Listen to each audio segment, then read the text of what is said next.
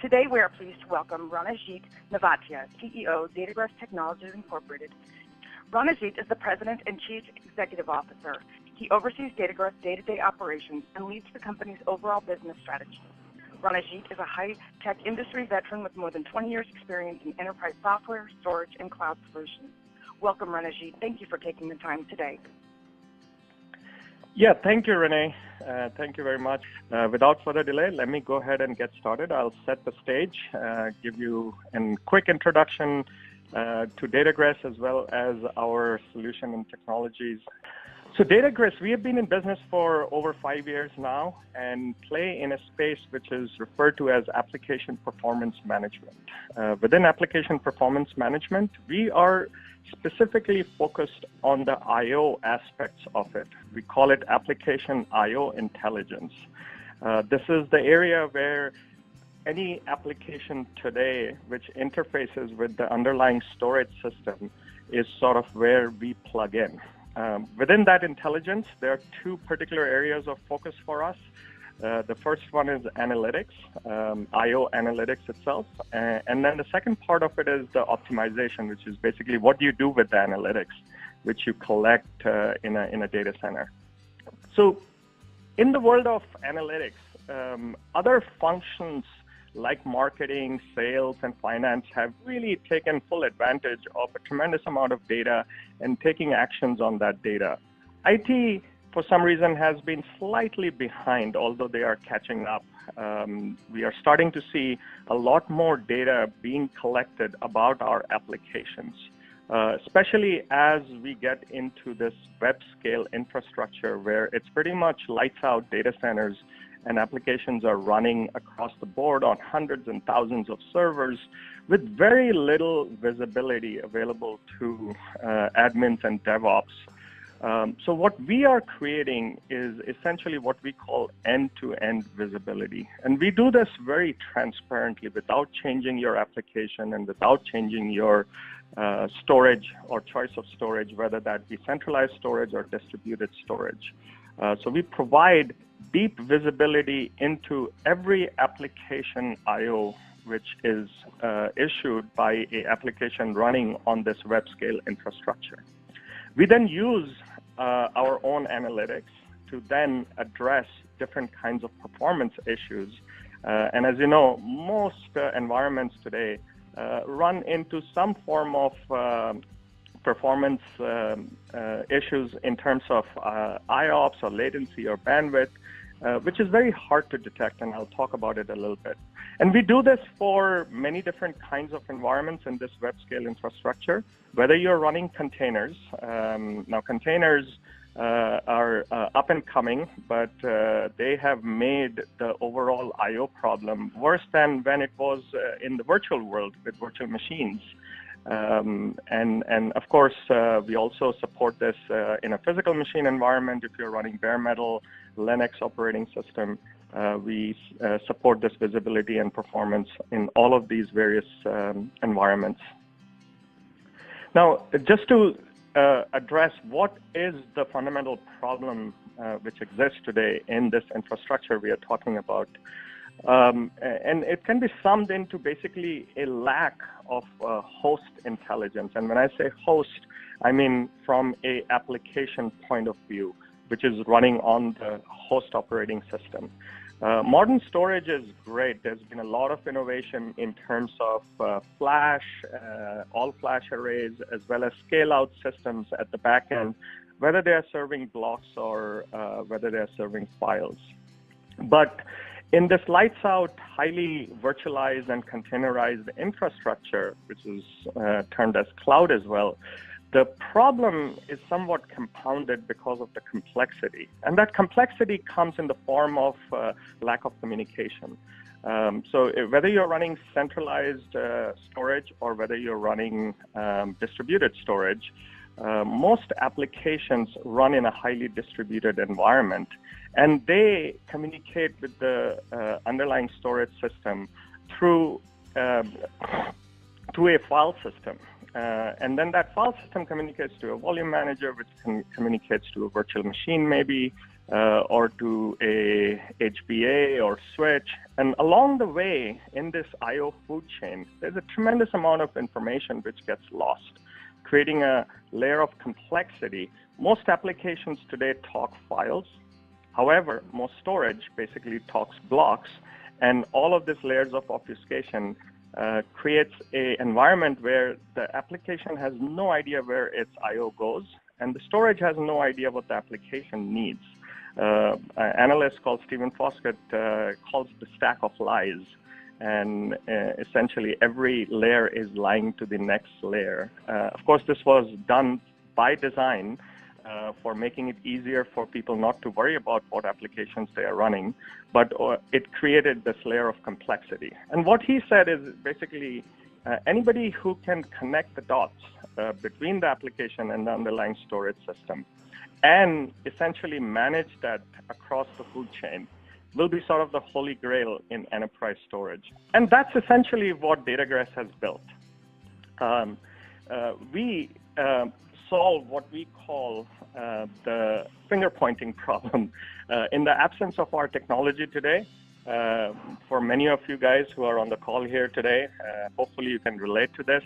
And when I present to customers, I always get a nod from both the application guy and the storage guy, where whenever there is an issue in an environment, the application guy immediately blames the storage team. And the storage team, of course, says, no, it's the application problem.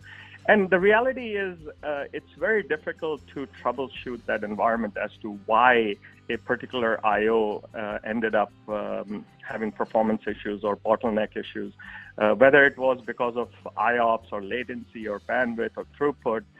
There are many aspects, whether it was application being notorious or whether it was a failure at the backend switch or storage layer.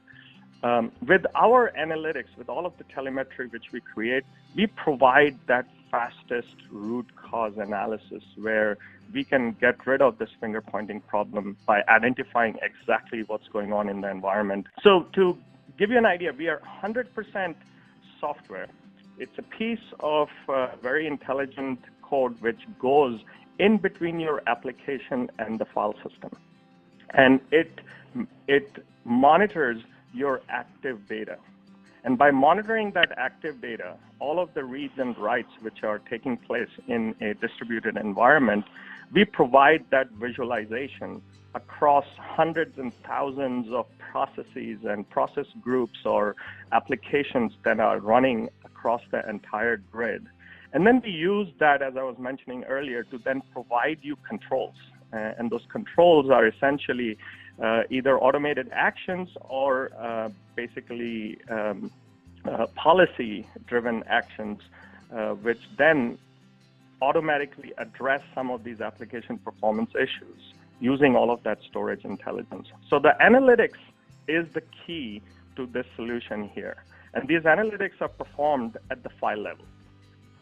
We do file-level analysis of every application I/O. So if you think about it, every application today pretty much, with the exception of few, of course, who talk blocks, they go through some form of a file system.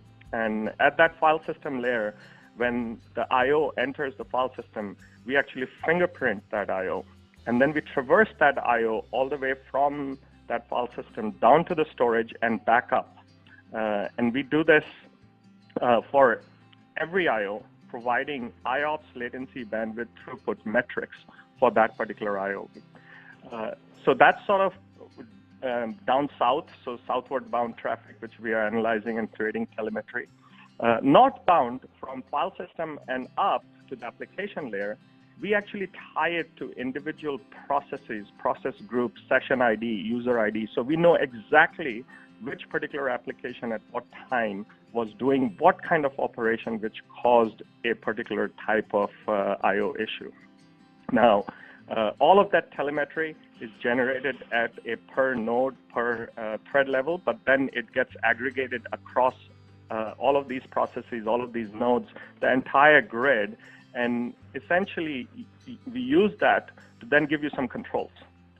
We provide you deterministic controls so that you can redirect these I/Os to specific tiers of storage so that you can on the fly take advantage of a higher tier of storage or maybe a local SSD or NVMe type device so that you can eliminate any of these bottlenecks which exist.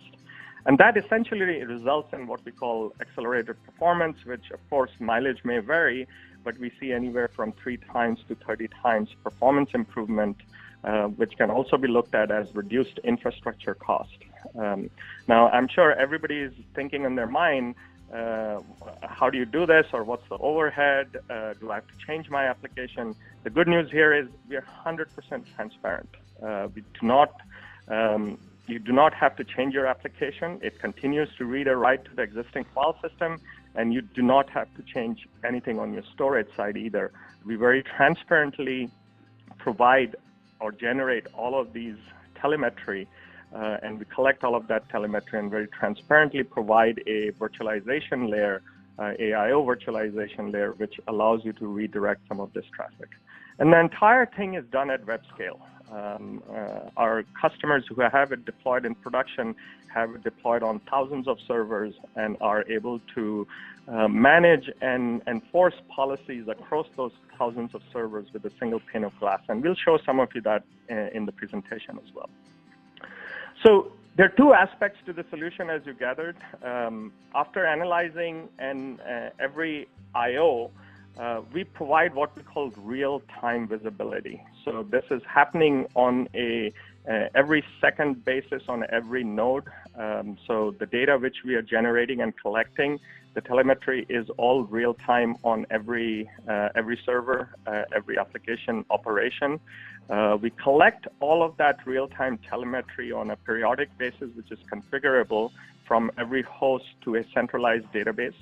That's where we provide deep analytics across the entire grid at an aggregated level. So you can aggregate these individual IOs on a per node basis or a per process group basis, or aggregate it at an entire storage group basis. So if you're running backend NFS or backend SAN at a per storage server layer, we can tell you exactly what kind of performance characteristics were being performed out of these storage. That deep analytics allows you to not only look at your trend history of who has consumed what kind of storage, as well as what kind of issues were running or taking place, but more importantly, using that trend analytics, we can do predictive and prescriptive analytics, which allows you to make buying decisions as to how much storage or how much IOPS or how much flash do you need in the environment. Do you need it as a backend all-flash array, or do you need it as a host-based NVMe card? Those are all the decisions that are made possible using all of the telemetry which we generate. So that's the workload planning piece. And then, as I mentioned, in terms of workload remediation, we are the fastest way most customers have been able to identify all of the different issues that they have seen in their environment, both in real time as well as from a trend analytics point of view. The second part of our solution is the control piece, which essentially uses our own analytics to then provide the IOPS management as to what application gets what kind of IOPS or SLA, where you can start creating swim lanes to basically address any kind of IO blender or noisy neighbor problem, essentially addressing latency issues, throughput issues, by using what we call a dynamic data distribution policy. We are able to, before even the data is being accessed, using our analytics and policy engine, start placing data on appropriate tiers of storage, thereby creating a tremendous amount of acceleration for the applications which are running in our environment. So there are two pieces of our technology. The PerfAccel is the name of our product. It comes in 2 flavors, 2 licensing models. 100% of our customers today buy our analytics. This is all of the telemetry which I talked about. Once again, Paul is going to be demonstrating that. And then many of these customers who, after buying and running our analytics, they understand better about the environment, they then buy our data distribution or our caching technology, which operates, as I mentioned, at the file layer, at the file level. So very intelligent, It caches portions of the file, not necessarily the entire file, but gives you control over what applications get what kind of SLAs. Just to summarize, we operate at web scale. Our customers are running this on thousands of servers today in production. Our longest production customer is now running it without any issues for over 2 years. We are very much focused on your dynamic data. This is your active data set, the working data set. That's where most of the performance issues reside. We are 100% software, whether you're running this in your own on-premise cloud environment or whether you're running it in a Amazon, Google, or Microsoft type of cloud. Because we are software only, we can deliver the same analytics and the same performance improvement both in public clouds as well as private clouds. And we deliver all of this completely transparently to the application and the underlying storage. Some of the use cases and industries where we have seen initial traction and success and have customers running it in production are in these 3 areas. The first one, NoSQL databases. We actually also support SQL databases like MySQL, Postgres, and so forth. But we are starting to see customers who, especially on public cloud, are running Cassandra or MongoDB type of infrastructure. Initially, they started with a couple of nodes. It was not a big issue, but as the number of nodes started increasing, they realized that they were over-provisioning to mask some of the latency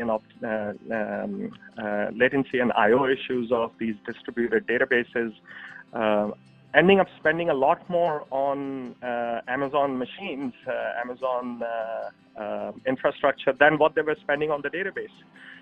After installing our software, they were able to get a much better understanding of how Cassandra was performing when it was doing its compaction process.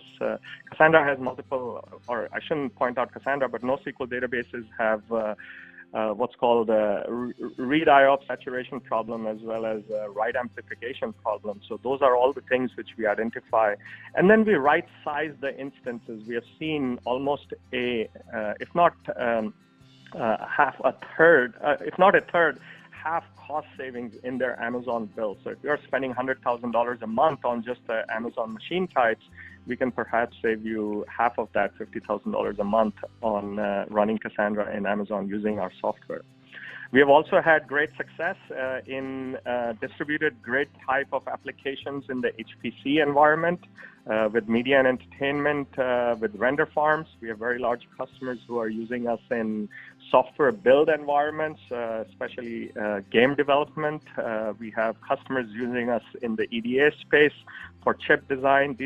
These are your traditional distributed grid-based architecture, web scale solutions where visibility was a big issue, and we ended up providing tremendous amount of I/O analytics to these customers so they have better understanding of the applications. And now we are starting to see a lot more interest in containerized worlds. We already support running our technology within virtual machines, or hypervisor, I should say. We specifically support Zen and KVM today, but we are starting to see a tremendous amount of interest in gaining container-level visibility, individual containers, so that you can provide better SLAs to those containers. With that, since it's a fairly lightweight software, this is something very easily downloadable from our website. We'd love for you to try it out and tell us what you think. Thank you. I would like to thank Ranajit for taking your time to provide us this informative information. Thank you, Renee.